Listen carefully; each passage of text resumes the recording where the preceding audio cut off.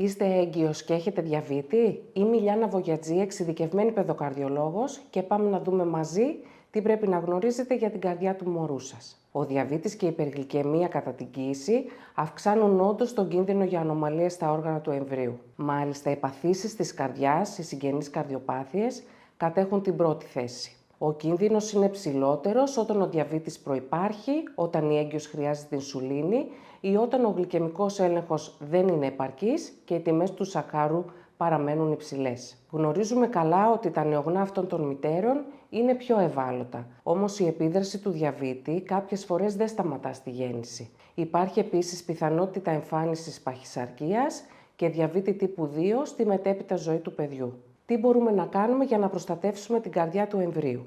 Η εξειδικευμένη παρακολούθηση από παιδοκαρδιολόγο μπορεί να εντοπίσει έγκαιρα τυχόν προβλήματα και να καθοδηγήσει με ασφάλεια τις επόμενες ενέργειες. Στο ιατρείο μας στη Θεσσαλονίκη ελέγχουμε την εμβρυϊκή καρδιά ήδη από τη 18η εβδομάδα της κοίησης, δηλαδή 4 εβδομάδες πριν το καθιερωμένο β' επίπεδου. Αν είστε έγκυος και έχετε διαβήτη, κάντε το βήμα και μιλήστε με παιδοκαρδιολόγο. Σκεφτείτε το.